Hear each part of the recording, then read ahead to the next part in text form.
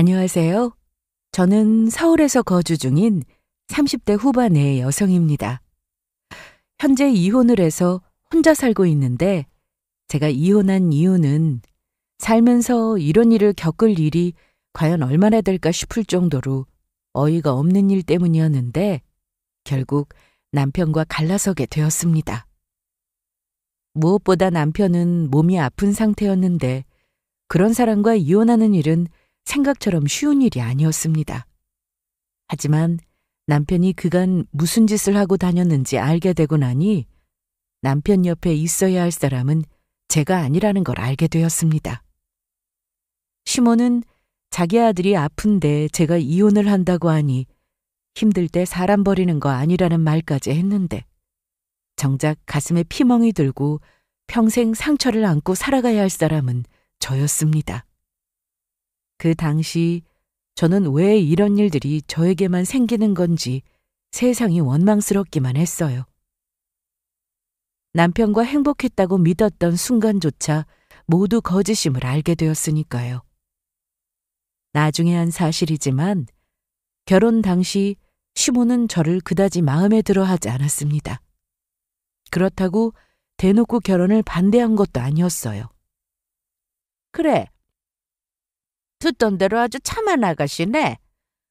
우리 아들이 얼마나 칭찬을 했는지 몰라. 아이, 엄마. 알았어.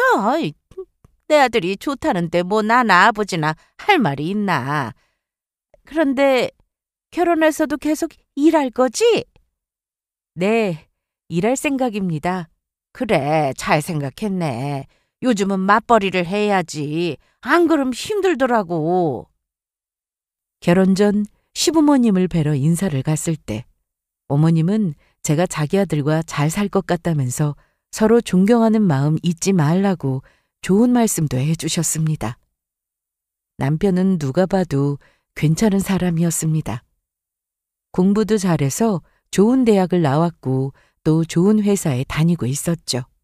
저는 국립대를 나왔는데 남편만큼 큰 회사는 아니었지만 그래도 나름 탄탄하고 중소기업 안에서 인지도 높은 회사라 연봉도 괜찮게 받았습니다. 지인의 소개로 만나 연애하고 결혼 얘기가 나올 때까지 저희는 정말 잘 만났습니다. 남편은 연애하는 동안 저밖에 모를 정도로 회사에서 퇴근하면 항상 저를 보러 왔고 쉬는 날에도 항상 데이트를 할 정도로 사이가 좋았습니다. 3년 정도 남편과 만나면서 결혼에 대한 확신이 섰고 그렇게 식을 올려 부부가 되었는데 결혼을 하고 나서 어머님이 저를 마음에 들어 하지 않았다는 걸 알게 되었습니다. 명절에 시댁에 갔다가 지방에서 작은 어머님이 올라오셨는데 저한테 이러시더라고요. 내가 그날 바빠서 결혼식장에 가보지 못해서 미안해. 괜찮아요. 그런데 반대하는 결혼했는데 괜찮아? 네? 다 그런 거지 뭐. 부모 입장에서 100% 마음에 드는 며느리나 사위가 세상에 있을 것 같아? 너무 서운해 말고 둘이 잘 살면 그만이야. 제가 다 아는 줄 알고 작은 어머님이 이런 말씀을 하셨는데 이런 얘기를 듣고 나니 제 입장에서는 기분이 좀 안 좋긴 했습니다. 시댁에는 남편의 형, 그러니까 시숙이 있었습니다. 시숙도 남편처럼 공부를 잘했고 의대를 나와 의사로 일하고 있었어요. 그래서인지 시모는 자기 아들 둘 모두 잘 나가니 저보다 조건 좋은 며느리를 얻길 원했다고 하더라고요. 결혼 전에 이 사실을 알았더라면 결혼을 고민했을지도 모르겠지만 이미 결혼했고 남편과 아무 문제 없이 잘 지내고 있었기에 크게 신경 쓰지 않았습니다. 그리고 어머님도 저에게 싫은 내색을 하시지도 않았고 제가 시댁에 갈 때면 항상 잘해주셔서 앞으로 며느리로서 도리만 잘하고 살면 되지 않을까 생각했어요. 결혼하고 나서 남편이나 저나 서로 크게 달라진 건 없었습니다. 한 집에서 살게 된 것 말고는 연애를 할 때처럼 여전히 회사 생활하며 지냈고 여전히 연애하는 기분으로 살았습니다. 모임에 나가면 다들 저희 부부를 부러워할 정도로 저희는 사이가 참 좋았는데요. 특히 남편은 저에 대한 애정이 대단했습니다. 아니, 그런 줄 알고 제가 철석같이 믿었습니다. 내 주변에 내가 아는 부부하고는 정말 다르다니까. 두 사람 사이가 너무 좋아서 나도 결혼하고 싶다는 생각이 든다고. 그러니까 얼른 좋은 사람 만나서 결혼해. 이 나이에 무슨... 왜? 아직 안 늦었어. 요즘 40 넘어서 결혼하는 사람들도 많은데 아직 30대면 충분히 연애하고 결혼도 할 수 있지. 그런데 결혼하니 그렇게 좋아? 결혼도 좋지만 난 우리 수영이니까 좋은 거지. 다시 태어나도 난 무조건 수영이랑 다시 만나서 결혼할 거야. 으유, 닭살이다. 그래도 보기는 좋네. 남편의 이런 말은 저도 약간 오글거리긴 했지만 어딜 가든 항상 저 먼저 생각해주고 저와의 결혼 생활에 대해 항상 행복하다고 하는 사람이 바로 남편이었습니다. 그래서 늘 고마운 마음을 가지고 있었어요.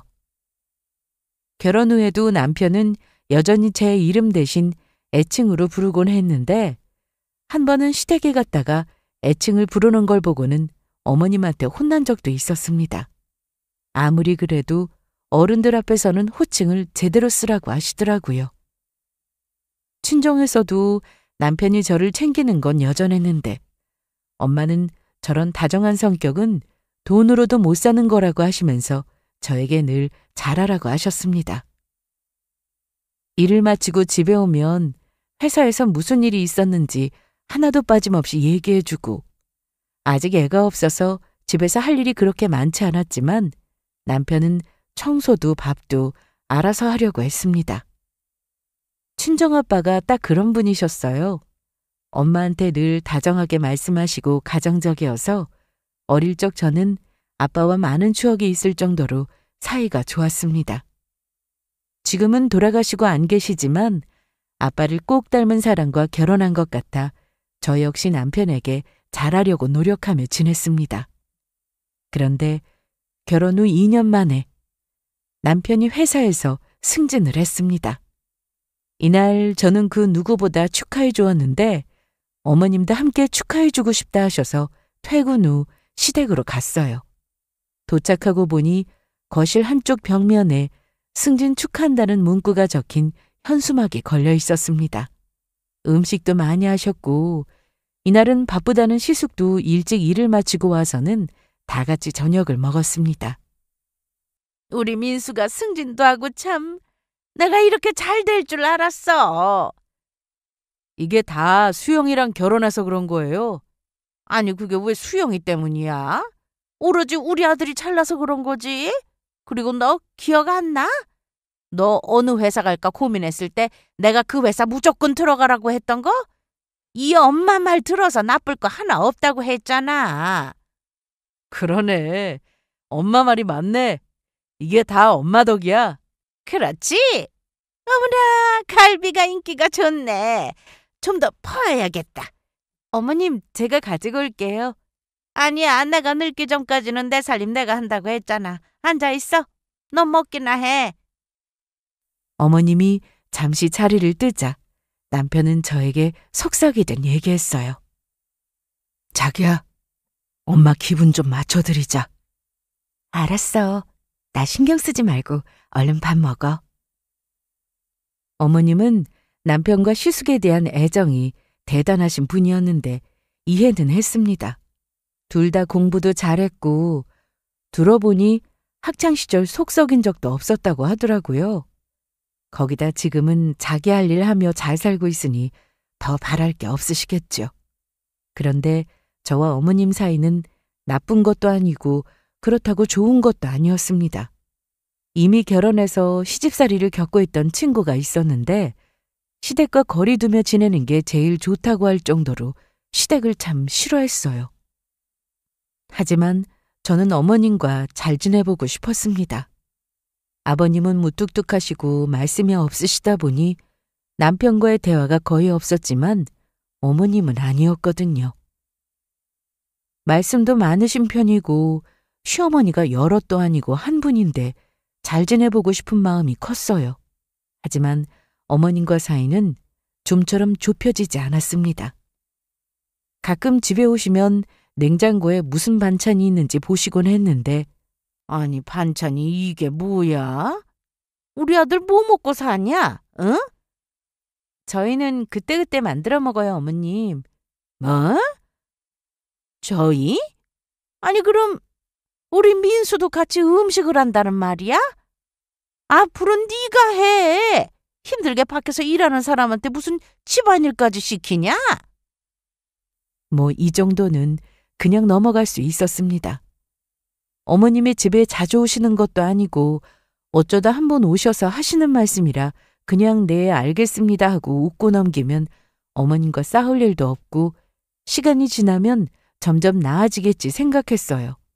하지만 제 생각과 달리 오히려 갈수록 어머님의 간섭은 심해졌고 저를 무시하는 말투나 행동은 점점 일상이 되어갔습니다. 남편이 원래도 저보다 월급이 높은 편이었는데 승진까지 했으니 연봉 차이는 좀 났습니다. 그래서 어머님은 툭하면 자기 아들이 더 능력이 좋다는 식으로 말씀하셨죠. 그래도 저 역시 일을 하고 적지 않은 월급을 받고 있었는데 한두 번도 아니고 어머님이 항상 저는 아무것도 아닌 것처럼 말씀하실 때면 기분이 좋지 않았습니다. 그나마 남편이라도 있으면 어머님이 저렇게까지 하지는 않으셨는데 남편이 승진을 하면서 회사 일로 바빠 늦게 들어올 때가 많았습니다. 야근이 정말 많았죠. 그래서 시댁에 저 혼자 가거나 혹은 어머님이 저만 집에 있는 걸 아시고 무작정 찾아오시는 날도 많았습니다. 처음에는 남편도 가운데서 중재 역할을 잘해주었고 저도 계속 노력하면 어머님과 제 사이가 나아질 거라고 생각했습니다. 그런데 남편이 회사 일로 바빠지자 어머님과 단둘이 있는 시간이 많아졌고 그럴 때면 갈등이 생겼습니다. 친정엄마가 몸이 좀 좋지 않으셨기에 저는 늘 후회가 됐어요. 그동안 못해드렸던 것만 생각나서 더 잘할 걸 이런 생각이 많이 들더라고요. 그래서 어머님과도 어떻게든 잘 지내보고 싶은 마음에 나중에 후회하지 않으려고 노력 많이 했습니다. 저 혼자 있을 때 어머님이 오셔서 트집을 잡고 제 기분을 상하게 하더라도 저보다 어른이니까 이 정도는 참고 넘기자는 생각을 했어요. 그리고 어머님이 좋아하시는 음식을 해서 시댁에 혼자 찾아가기도 했습니다. 그런데 그게 통하지 않았습니다. 어머님은 본인 자식들에게는 세상 친절하고 다정하신 분이었지만 며느리인 저에게는 전혀 그러지 않으셨어요. 그러다 보니 제가 아무리 노력해도 어머님과의 사이는 좁혀지지 않는다는 걸 알게 되었습니다. 남편마저 회사 일로 바빠서 항상 늦게 들어오니 많이 힘들었는데 일에 찌들어 퇴근한 남편을 붙잡고 시어머니와의 일을 말하고 싶진 않았습니다. 남편은 회사에서 업무 강도가 예전 같지 않다며 항상 녹초가 되어 퇴근했습니다. 그럼에도 저에게는 늘 미안하고 고맙다는 말을 잊지 않았습니다. 이날도 남편은 밤 11시가 넘어서야 들어왔습니다. 나왔어. 많이 피곤하지? 미안해. 뭐가? 일하느라 그런 거 다 아는데 뭘. 어머, 자기야, 코피. 자기 코피 나. 여기 휴지로 일단 닦아봐. 얼마나 일이 힘들었으면 코피를 다 흘리나 싶었어요. 남편은 고등학교 때 그렇게 새벽까지 공부를 했어도 코피 흘린 적이 없었다고 했는데 확실히 회사 일로 힘들고 많이 피곤하구나 싶었습니다. 그래서 어머님과의 관계에 대해서 더 얘기하지 못했죠. 물론 저도 회사 일로 힘들고 피곤할 때가 많았지만 집에 와서 쓰러지듯 자는 남편을 보며 뭐라도 해주고 싶은 마음이 컸습니다. 그래서 홍삼을 챙겨주기도 했고 영양제를 따로 담아 남편 가방에 넣어뒀습니다. 여보세요? 자기야, 점심은 먹었어? 먹었지. 자긴? 나도. 참, 자기 가방에 내가 영양제 넣었는데 하얀색 통 봤어? 있네. 이거 나 먹으라고? 어, 비타민이니까 꼭 먹어? 고마워. 역시 나 챙겨주는 사람은 자기뿐이다. 나 이제 회의 들어가 봐야 해서 내가 이따가 전화할게. 알았어. 전처럼 남편과 퇴근 후 여유로운 시간을 보내지는 못했지만 그래도 각자 출근해서 자주 통화도 하고 크게 불만은 없었습니다. 오히려 남편의 건강이 걱정될 뿐이었어요. 시숙이 의사라서 한 번은 남편 건강 좀 봐달라고 부탁한 적도 있었는데 시숙은 그냥 동네 병원 가보라는 말만 하고 따로 걱정해주거나 하지는 않았습니다. 전부터 느낀 거였지만 남편과 시숙은 서로 잘 챙기거나 하진 않더라고요. 남편은 보통 야근을 마치고 집에 오면 아무리 늦어도 12시를 넘기지 않았는데 점점 늦게 들어오고 새벽에 퇴근하는 날도 많았습니다. 아무리 일 때문이라고는 하지만 그게 좀 서운하더라고요. 저도 직장을 다니고 있다 보니 피곤할 때가 많았는데 남편 들어오는 건 보고 자려고 거실 소파에서 기다리다 깜빡 조는 날이 있었습니다. 그렇게 졸다가 눈을 떴는데 남편은 그 사이 들어와 자고 있더라고요. 그래서 아침에 슬쩍 얘기를 해봤습니다. 당신 몇 시에 들어왔어? 몰라? 새벽이었던 것 같은데 나도 너무 피곤해서 옷 입은 채로 그냥 잤어. 그런데 나 소파에 있는 건 못 봤어? 아, 봤어. 그럼 깨우지. 나 당신 기다린 건데. 아, 그런 거였어.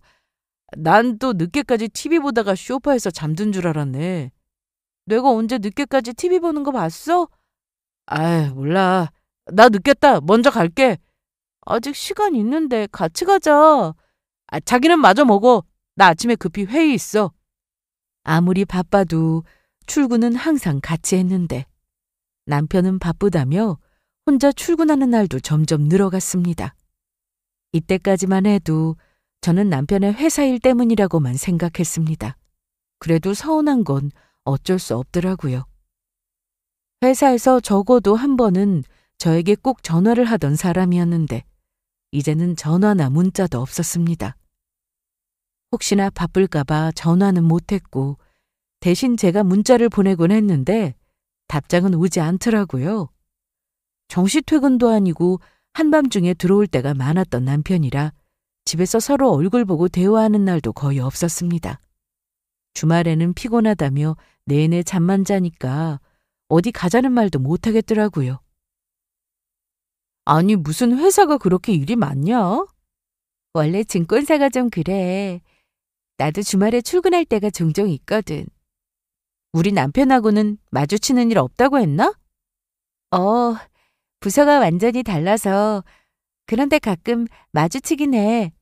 인사할 일은 없는데 회사에서도 바빠 보이긴 하더라. 너네 남편 부서가 야근을 좀 많이 하거든. 남편 회사에는 제 친구가 다니고 있었습니다. 최근에 이직을 해서 남편은 그걸 모르고 있었죠. 물론 부서가 다르고 하는 일도 달랐는데 남편을 통해 남편 회사가 요즘 일이 많다는 얘기를 전해 들었고 그래서 남편이 얼마나 힘들까 걱정부터 앞섰습니다. 제가 갑자기 퇴근 시간이 늦어진 남편을 보고 외도를 의심하지 않았던 건 남편이 제 앞에서 핸드폰을 숨기거나 의심 가는 행동을 한 적도 없고 친구를 통해 회사 사정이 어떤지 종종 전해 들었기 때문이었습니다. 그리고 증권회사에 다니다 보니 아무래도 남편은 일에 대한 스트레스도 상당했습니다. 이건 연애 때부터 제가 알고 있던 부분이었어요. 그럼에도 저에게는 한없이 다정하고 좋은 모습만 보여줘서 결혼까지 결심했던 거였는데 확실히 결혼은 현실이었습니다. 회사 일로 바쁜 남편은 집에 와서 저와 대화도 많이 줄었고 짜증을 낼 때가 많았습니다. 남들은 능력 좋은 남편을 둬서 좋겠다며 부러워했지만 사이가 예전 같지 않으니 저 역시 서운함이 쌓여갔습니다. 거기다 어머님도 자기 아들이 너무 걱정된다며 저한테는 아무 도움도 안 된다는 막말을 하기도 하셨죠. 퇴근하고 집에 왔는데 연락도 없이 찾아온 어머님은 다짜고짜 저녁을 차리라고 하셨고 마침 냉장고에 소고기가 있어서 반찬 몇 가지 내놓고 고기를 구웠습니다. 그런데 어머님 눈에는 그것도 마음에 들지 않으셨나 봅니다. 아니, 넌 시어머니 밥상 차리는 게 이게 뭐냐? 오신다고 미리 전화라도 주셨으면 제가 퇴근길에 장이라도 평소에 음식이 냉장고에 있어야 하는 거 아니야? 그리고 내가 너희 집에 오랜만에 왔는데 먹을 게 없으면 나가서 장을 보고 오든가 해야지. 아우, 고기는 왜 이렇게 질겨? 응? 이거 어디서 샀냐? 응? 너 이런 거 우리 아들한테 먹이냐? 어머님, 저 며칠 전에 시댁에 갔었잖아요. 그래서? 그날 어머님이 제일 좋은 걸로 샀다고 하시면서 저한테 이거 주신 거예요. 뭐? 방금 드신 그 고기요. 어머님이 주신 거라고요. 그러자 어머님은 순간 얼굴이 붉어졌는데 이내 자리에서 일어나시더니 집안 곳곳을 둘러보고 살림이 엉망이라며 또 한 소리 하셨습니다. 너도 밖에서 일하니까 잘 알 거다. 퇴근하고 집에 왔는데 집이 엉망이면 기분까지 망친다고. 우리 아들이 힘들게 일하고 집에 왔는데 집 꼬라지가 이러면 좋겠냐? 바람 안 피운 게 용하다 용해. 네? 난 이만 가보마. 암튼 내 아들한테 잘해라. 네가 어디 가서 내 아들 같은 사람 만나겠냐? 내 아들이 버는 돈이 한두 푼도 아닌데 고마운 마음 가지고 살란 말이야. 정말이지. 저는 점점 지쳐갔습니다. 시어머니와의 관계는 점점 심해져 갔는데 남편과 문제만 없다면 저는 다 참고 살 수 있었습니다. 어차피 제가 끝까지 같이 살 사람은 남편이라 생각했으니까요. 그런데 남편과 사이도 예전 같지 않은데 어머님까지 툭 하며 찾아와 막말이나 하고 자기 아들 덕에 잘 사는 줄 알라니 너무 기가 막혔죠. 그러던 어느 날 친정엄마가 돌아가셨습니다. 제가 남편과 결혼을 하기 전부터 엄마는 이미 몸이 안 좋으신 상태였습니다. 이건 남편이나 어머님도 다 알고 계셨고요. 결혼 후 엄마의 건강 상태가 좀 호전되는가 싶었는데 계속 안 좋으신 상태였습니다. 그래서 저는 결혼하고 나서도 친정에 자주 가서 엄마와 병원을 같이 가기도 했고 주말에는 식사를 챙겨드리기도 했습니다. 남편이 이렇게 바빠지기 전에는 같이 가서 엄마와 시간을 보냈는데 상황이 이렇다 보니 혼자 갈 때가 많았어요. 그러다 엄마는 입원을 하셨고 남편에게도 이 사실을 말했지만 바쁘다는 이유로 병원을 찾은 적은 손에 꼽았습니다. 엄마는 병원에 입원하신 지 한 달 만에 세상을 떠나셨고 이미 병원에서 마음의 준비를 하라고 했음에도 저는 그 충격이 상당히 컸습니다. 남편은 바쁜 와중에도 엄마의 장례 준비를 함께 했고 그렇게 장례를 잘 마쳤는데 저는 마음이 너무 허하고 친정에 가면 여전히 엄마가 있을 것만 같았습니다. 그렇게 한동안 저는 엄마의 빈자리를 느끼며 힘든 시간을 보내야 했고 남편은 여전히 회사 일로 바쁘게 지냈습니다. 이제는 그런 일상이 너무나도 당연하게 되어버렸는데요. 매일 바쁘다는 이유로 저와 대화도 하지 않고 회사에서 시간을 많이 보내던 남편이 갑자기 정시 퇴근을 하기 시작했습니다. 결혼 초 남편이 야근 없이 퇴근하고 집에 오면 7시 반 정도가 되었는데 딱 그 시간에 남편이 퇴근을 하고 집에 들어왔어요. 제가 다니던 직장이 집에서 가까웠기에 저는 7시면 집에 왔는데 남편이 일찍 들어온 게 이상해서 물어봤습니다. 어떻게 된 거야? 어떻게 되긴. 이제 야근 안 해. 정말? 그렇다니까. 남편은 다른 얘기는 하지 않고 야근을 안 하게 되었다며 당분간 집에 일찍 들어올 거라고 했습니다. 그러면서 연애 시절부터 결혼 초 남편과 사이가 좋았을 때처럼 다시 다정한 남편의 모습을 보게 되니 너무 좋더라고요. 엄마가 돌아가시고 나서 내내 힘들었는데 남편이 제 마음을 알아주는 것 같았습니다. 당신 그동안 많이 힘들었지? 장모님도 그렇게 돌아가시고 나라도 자기 옆에 꼭 붙어 있어야 했는데 미안해. 자기도 회사 일 때문에 바빠서 그런 거잖아. 이해해줘서 고마워. 남편은 더 이상 회사 일로 늦게 끝나는 일은 없을 거라며 앞으로 그동안 못한 거 다 해주겠다고 했습니다. 사실 말만 들어도 고마웠어요. 그동안 일하느라 고생만 했는데 남편과 이제부터라도 행복하게 잘 살아보자 싶었습니다. 그런데 그런 시간도 오래가지 않았습니다. 딱 보름이었죠. 보름 만에 남편은 저에게 충격적인 사실을 얘기했습니다. 뭐라고? 어떻게 말해야 하나 고민 많이 했어. 그러니까 당신이 암이라고? 간암? 남편은 몇 달 전 회사에서 하는 건강검진을 통해 몸에 이상이 있음을 알게 되었는데 추가로 조직검사를 하라는 말에 몇 번이나 미루다 검사를 받았다고 했습니다. 그리고 검사 결과 간암이라고 했답니다. 그걸 알고 남편은 회사에 얘기해서 업무 강도가 적은 부서로 옮기게 되었고 그래서 갑자기 일찍 퇴근하게 된 거였습니다. 왜 처음부터 말하지 않았어? 미안해. 그래서 병원에서는 뭐래? 어떻게 하래? 일단 입원부터 하자고 했는데 아직 자리가 없다고 대기만 해놨어.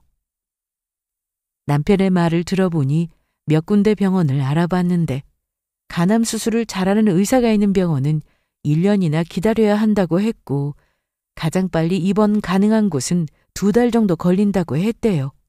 그래서 남편은 그 병원에 대기를 걸어두고 회사에서 부서 이동까지 하고 난 뒤 저에게 얘기를 한 겁니다.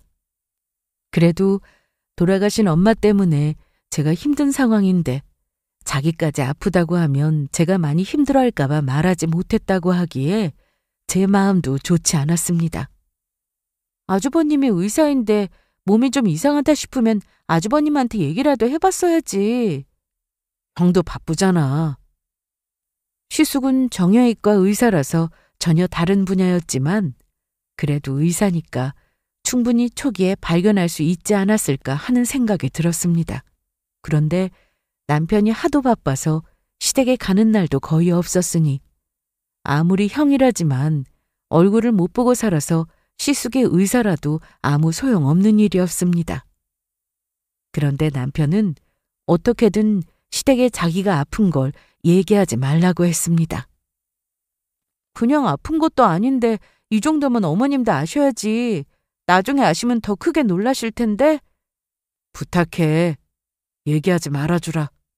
혹시라도 엄마가 왜 얘기 안 했냐고 당신한테 뭐라고 하면 내가 못하게 했다고 할게. 아무리 그래도 자기 자식이 암이라는데 제가 어떤 선택을 해야 하나 고민이 되었습니다. 남편의 부탁에도 어머니께 말씀드려야 하는 게 아닌가 싶었거든요. 그런데 남편은 제가 난감해하는 모습을 보고는 그럼 일단 입원하고 나서 내가 전화 드릴게. 그때까지만 좀 기다려줘. 어? 그래, 알았어. 직접 얘기한다고 하니 저도 알겠다고 하고 남편만 신경 썼습니다. 저는 남편이 그동안 일하느라 고생만 하다가 병까지 얻은 것 같아 마음이 좋지 않았어요. 그래서 병원에서 연락이 오기 전까지 남편 식사도 이전보다 더 잘 챙기고 그렇게 지냈습니다. 그리고 생각보다 빨리 병원에서 연락이 왔고 남편은 바로 입원부터 하게 되었습니다. 그리고 몇 가지 검사를 받느라 입원 첫날부터 바빴습니다. 저는 검사 받는 남편을 기다리느라 하루 종일 병원에 있어야 했고요. 필요한 검사가 다 끝나자 남편은 병실에 다시 들어갔고 저는 필요한 물건을 좀 챙기려고 집에 다녀오게 되었습니다. 집에 금방 다녀올게. 빨리 와야 돼. 알았어. 그렇게 저는 병원 지하 주차장으로 갔고 남편 차에 탔습니다. 회사까지 지하철을 주로 이용했던 저와 달리 남편은 차로 출퇴근을 했는데 차 내부가 생각보다 많이 지저분하더라고요. 핸들에도 뭔가 묻어 있어서 물티슈가 있는지 찾았고 아무 생각 없이 콘솔 박스도 열었습니다. 그런데 그 안에 핸드폰이 하나 있었습니다. 처음 보는 폰이었고 남편이 쓰던 핸드폰은 병실에 그대로 두고 왔는데 누구 전화인가 싶더라고요. 잠금도 되어 있지 않았고 궁금해서 확인해 봤습니다. 그런데 그건 남편의 또 다른 핸드폰이었습니다. 그리고 통화 목록이나 문자 그리고 톡을 주고받은 내역을 보니 딱 한 사람과 연락을 했더라고요. H라고 되어 있는 사람과 통화를 하고 문자를 주고받았는데 그걸 본 저는 입이 다물어지지 않았습니다. 남편에게 아주 큰 배신감을 느꼈거든요. 저는 결국 이날 집에 돌아온 뒤 병원으로 돌아가지 못했습니다. 집에 와서 남편의 핸드폰을 다 확인한 뒤 남편이 쓰던 컴퓨터를 켜서 이메일까지 싹 다 뒤졌습니다. 저희는 연애를 할 때부터 서로 속이는 거 없이 다 오픈했습니다. 핸드폰도 서로 다 보여줄 정도였고 잠금이나 패턴을 걸어놓지도 않았죠. 이날 그동안 남편이 저 모르게 무슨 짓을 하고 다녔는지 알게 된 저는 다음날 병원에 가서 남편에게 따질 생각이었습니다. 수영아, 어제 집에 갔다가 바로 온다더니 왜 안 왔어? 전화도 안 받고. 미안, 급한 일이 있어서. 무슨 일?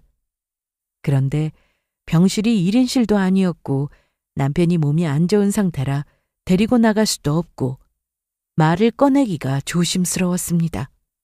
다른 환자분들도 있는데 병실에서 싸울 수도 없는 노릇이었으니까요. 아무것도 아니야. 수술은 언제래?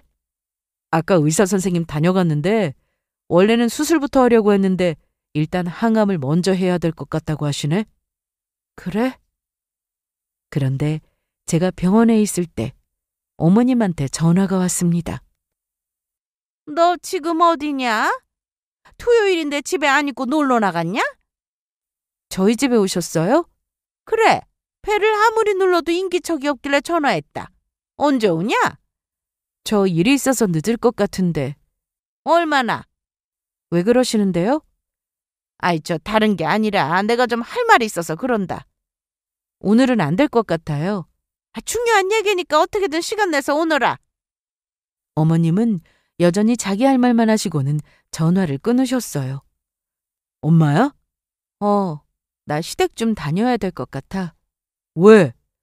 어머님이 급하게 하실 말씀이 있다고 하시네. 남편은 제가 시댁에 간다고 하니 병원 얘기는 하지 말라고 또 한 번 얘기했고 저는 알겠다고 하고는 병원을 나왔습니다. 사실 당장 말할 생각은 없었습니다. 저도 준비할 시간이 필요했거든요.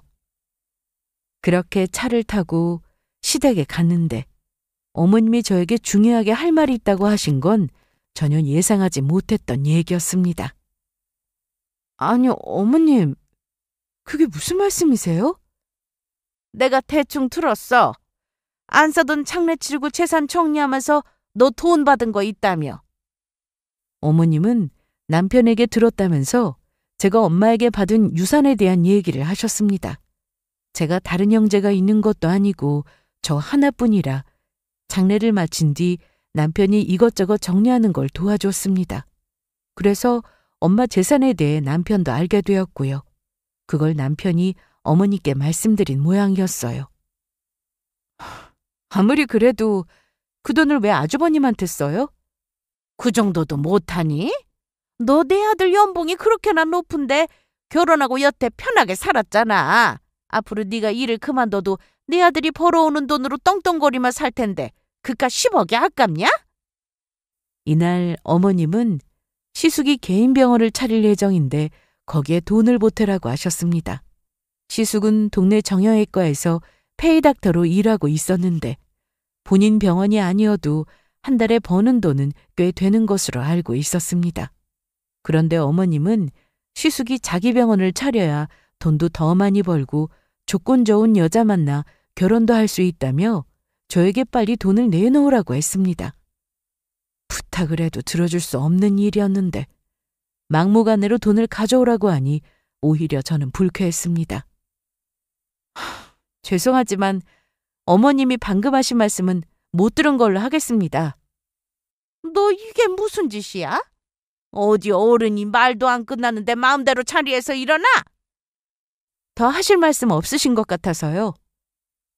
그렇게 시댁을 나왔는데 병원에 다시 들어가고 싶지 않았습니다. 그래서 제가 간 곳은 저희 집도 아니고 병원도 아니고 친정이었어요. 이제 아무도 살지 않은 집이지만 집까지 팔면 저에게 친정은 완전히 없어지는 기분이 들어서 그냥 두었습니다. 이럴 때 엄마가 옆에 있으면 얼마나 좋을까 생각하며 이날 저녁 늦은 시간까지 엄마 집에서 내내 울었습니다. 그 사이 남편은 제가 병원에 오지라르니 계속 전화를 했는데 당장은 남편 옆에 보호자가 필요했기에 저는 가기 싫었지만 다시 병원으로 갔습니다. 시댁에서 들은 얘기를 남편에게 그대로 다 하고 싶었는데 남편은 병원에 입원한 뒤로 몸 상태가 급격하게 나빠졌습니다. 그런 사람에게 무슨 얘기를 하겠어요? 저는 그저 조용히 따로 준비를 하며 지냈고 그 사이 시모는 계속해서 저에게 당연하다는 듯 돈 요구를 해왔습니다. 남편 때문에 회사의 얘기 후 당분간 재택근무를 하던 중이었는데 시모는 지금 자기 아들이 무슨 상황인지도 모르고 툭하면 저에게 전화를 하고 문자를 보내서 돈 얘기를 했어요. 저도 너무 힘들었습니다.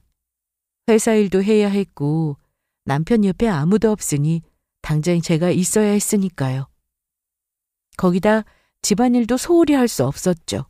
여기에 시모까지 엄마 유산을 달라고 하며 저를 괴롭혔지만 저는 변호사와 자주 연락하며 지냈습니다.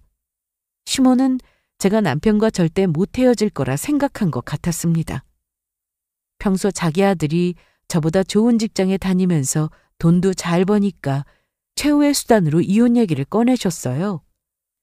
그러면 제가 이혼만은 못한다고 원하는 대로 해드리겠다고 할 줄 알았나 보죠? 며칠 뒤 시모는 다시 저에게 전화를 했고 예상대로 돈 얘기부터 꺼냈습니다.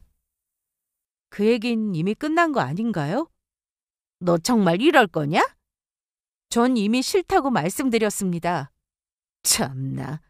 네가 정 싫으면 돈 많은 며느리 얻으면 그만이다. 그러니 알아서 해. 어머님은 저에게 자기 아들과 이혼을 하라는 말까지 하셨습니다. 나도 이런 말까지 하고 싶지는 않았는데 너 계속 이러면 어쩔 수 없어. 어른이 얘기하면 듣는 신용이라도 해야지. 그게 어머님이 원하시는 거예요? 그래. 너 능력 좋은 남자 만나서 잘 살고 있으면서 무슨 욕심이 그렇게 많아서 그 돈을 못 내놓는다는 거냐? 욕심은 제가 많은 게 아닌 것 같은데요. 뭐? 제가 민수 씨랑 이혼하기 바라시는 것 같은데 그럼 그럴게요. 뭐? 방금 저더러 이혼하라고 하셨잖아요. 그래, 그래라 그럼. 잘 됐네. 요즘 이혼이 흠도 아니고 내 아들처럼 잘생기고 키도 크고 똑똑한 남자면은 여자들 줄 섰지. 암 줄 섰고 말고. 과연 그럴까요? 그게 무슨 말이야? 어머님이 원하시는 조건으로 며느리를 구할 수 있겠냐는 말이에요. 이날 시모는 제가 원하는 대로 돈을 해준다고 하지 않자 분수를 모른다면서 이혼을 당해봐야 정신 차린다는 말까지 했습니다. 그래서 전화를 끊고 어머님에게 문자를 한 통 보냈습니다. 남편이 병원에 있다고 하면서 병원 이름과 호수까지 정확히 보냈죠. 그리고 저는 다시 병실로 가서 제 물건을 챙겼습니다. 수영아, 무슨 전화를 그렇게 오래 했어? 누군데? 당신도 잘 아는 사람. 누구? 그리고 너 지금 뭐해? 가방은 왜 싸는데? 집에 다녀오려고? 아니, 이제 여기 내가 있을 필요가 없을 것 같아서. 그게 무슨 소리야? 여기 올 사람 따로 있으니까 걱정 마. 그럼 나 가볼게. 저는 그렇게 뒤도 돌아보지 않고 병원을 나왔습니다. 집에 도착 후 그동안 밀린 회사 일을 했고 2시간 정도 지나서 남편에게 전화가 왔습니다. 야, 이수영, 너 엄마한테 나 병원 있는 거 말하지 말랬는데 어떻게 된 거야? 엄마 좀 전에 와서는 우시고 난리도 아니야. 네가 직접 말한다고 해서 기다리려고 했는데 나도 어쩔 수 없었어. 니네 엄마가 나더러 너랑 이혼을 하라고 하셔서 말이야. 그런데 내가 그 병실에 계속 있을 이유가 없잖아. 보호자는 필요하고 네가 간병인은 죽어도 싫다고 했으니 어쩌겠어? 이혼? 무슨 말이야? 잠깐만, 엄마, 수영이 얘가 지금 무슨 말하는 거예요? 이리 줘봐. 여보세요?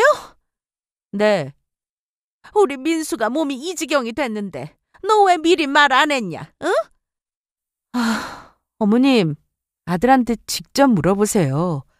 넌 지금 네 남편이 이렇게 아픈데 내 말 듣고 삐져서는 쪼르르 침 싸서 집에 간 거냐? 응? 설마 이혼이라는 말을 농담으로 하신 건 아니죠? 옆에 남편이 있어서인지 시모는 갑자기 자기가 한 말은 화나서 한 거라며 태도를 바꿨는데 그냥 어이가 없을 뿐이었어요. 얘 수영아, 너 이러는 거 아니다. 죄가 뭘요? 내 아들 아픈데 너 내 말에 정말 이혼을 하겠다는 거냐? 어머님이 먼저 이혼 얘기 꺼내셨잖아요. 그래, 미안하다. 내가 너무 화가 나가지고. 아니요, 사과하지 마세요. 어차피 진심 아니신 거 알아요. 그리고 제 결심은 변하지 않을 거니까 그렇게 하세요. 그리고 얼마 뒤 시댁에서 한바탕 소란이 일어났습니다. 제가 남편 차에서 발견한 핸드폰에 저장되어 있던 그 H라는 사람이 시댁으로 찾아간 거였는데 그 여자는 남편과 같은 부서에서 근무하던 여직원이었습니다. 그동안 저 모르게 그 여자와 남편이 바람을 피우고 있었어요. 한마디로 오피스 와이프였죠. 이런 일은 드라마에서나 나온다고 생각해서 저도 그 사실을 알았을 때 믿기지 않았고 그만큼 충격도 컸습니다. 차 안에 숨겨져 있던 남편의 또 다른 핸드폰에서 남편이 그 여자와 보통 사이가 아니라는 것을 바로 알 수 있었는데 그간 남편이 회사 일로 바빴던 건 사실이었지만 다른 여자와 만나면서 저 모르게 불륜을 저질렀던 겁니다.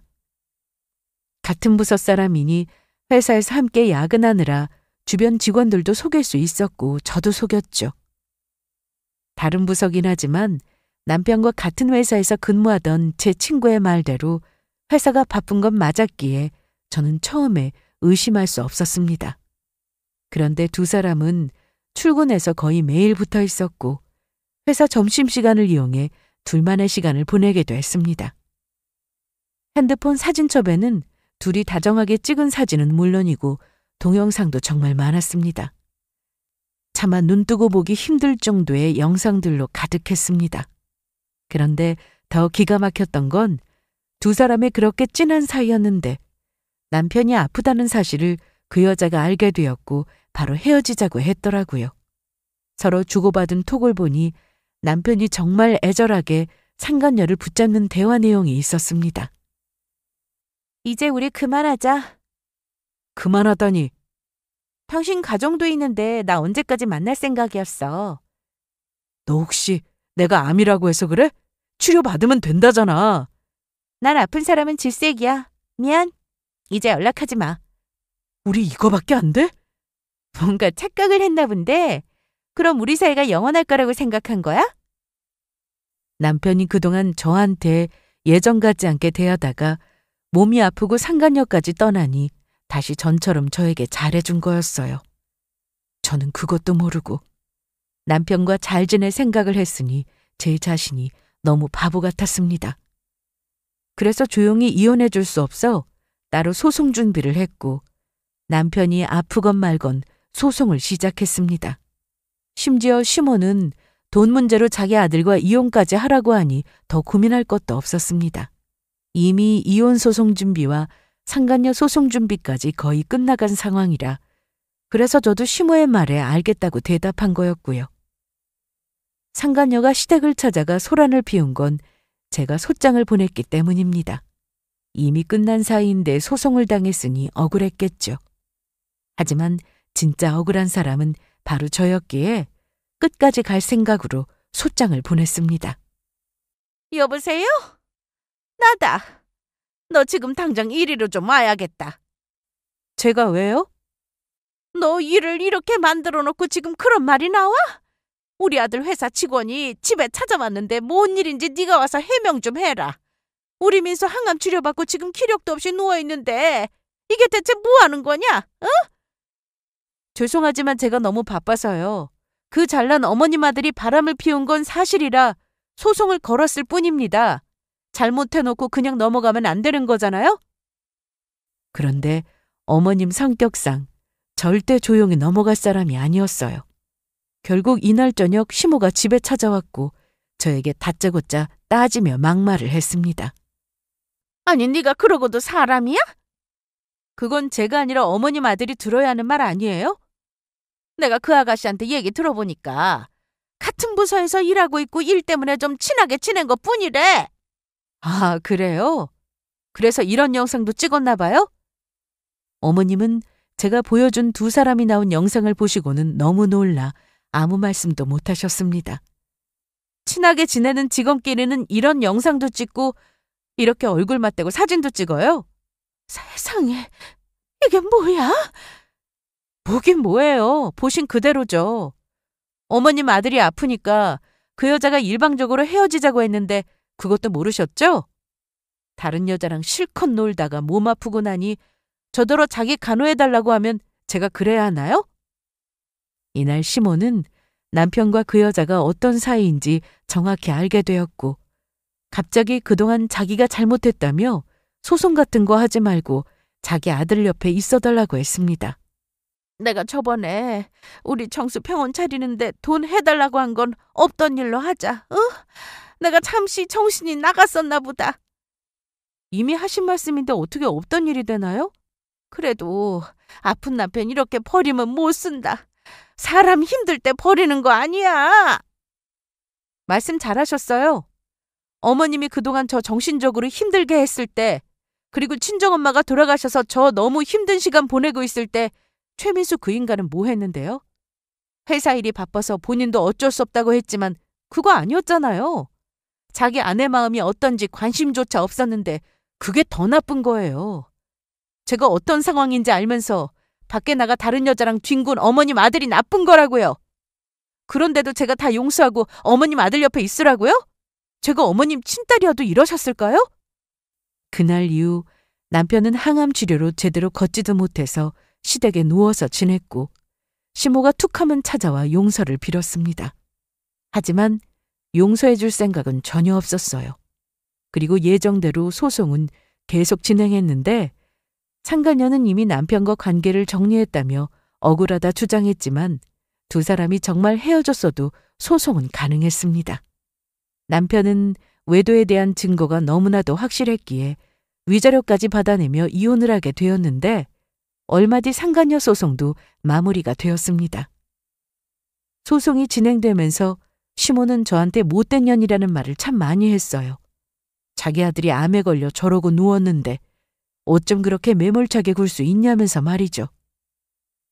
아무것도 몰랐을 때 저는 남편 병간호는 끝까지 할 생각이었습니다. 하지만 상간녀와 남편의 동영상을 보고 나니 그럴 마음이 싹 사라졌죠. 거기다 시모가 저를 무시하고 이혼을 당해봐야 정신을 차린다는 말에 고민할 것도 없이 이혼을 결심했습니다. 소송 후 저는 남편과 깔끔하게 재산 분할을 했고 상간녀에게 위자료도 잘 받아냈습니다. 그리고 회사에 소문이 났다며 그 여자가 퇴사했다고 제 친구로부터 전해 들었습니다. 남편 역시 병원에 입원하기 전 타 부서로 이동했는데 회사 분위기도 그렇고 앞으로 받아야 할 치료에 수술까지 갈 길이 멀다 보니 사직서를 냈다고 하더군요. 회사에서는 얼마든지 수술받고 돌아오라고 했으나 수술을 마치고 건강을 회복했다 하더라도 어떻게 다시 출근을 하겠어요? 사실 이혼도 하고 상간녀 소송도 해서 제 속이 후련했지만 제가 받은 상처가 완전히 사라지기까지는 상당한 시간이 필요했습니다. 그래도 혼자 이겨내려고 노력하며 지내다 보니 조금씩 예전으로 돌아가는 기분이 들기는 했습니다. 그리고 어느 날 전 남편으로부터 전화 한 통이 왔습니다. 모르는 번호였는데 받아보니 전 남편이었어요. 내 번호는 이미 차단했을 것 같아서 왜 전화했어? 아직도 볼 일이 남았니? 잘 지내지? 어, 나 내일 모레 수술해. 그래서? 나 수술 마치고 다시 건강해지면 다시 만나줄래? 뭐? 아니, 지금 대답하지 마. 내가 그런 모습으로 다시 나타날게. 헛소리 하려고 전화한 거야? 나도 아픈 사람한테 이런 말까지는 하고 싶지 않은데 당신이 몸이 아파서 우리가 이혼한 게 아니잖아? 알아. 내가 잘못했어. 전 남편은 이날 자기가 한 행동에 대해 진심으로 사과했고 또 자기 엄마가 저에게 했던 모진 말에 대해서도 사과를 하며 울었습니다. 또한 불륜을 저지른 것에 대해서는 한순간에 실수라는 말까지 했는데 이제 와서 아무 의미 없는 말을 늘어놓길래 그냥 끊어버렸습니다. 저는 나중에 전 남편이 정말 건강을 되찾아 저를 찾아오더라도 받아줄 생각은 없습니다. 사람은 절대 변하지 않는다는 걸 잘 알고 있거든요. 다시 받아줄 거였다면 애초에 이혼도 하지 않았겠죠. 현재 저는 홀가분하게 혼자 살면서 그동안 해보지 못한 것들을 하며 지내고 있습니다. 남들이 보기엔 특별할 거 없는 평범한 일상이지만 제 인생에 집중하며 살다 보니 하루하루가 너무나도 소중하고 행복하더라고요. 여러분의 인생도 늘 행복하길 바라며 제 사연은 여기서 이만 마치겠습니다. 잘 들어주셔서 감사합니다.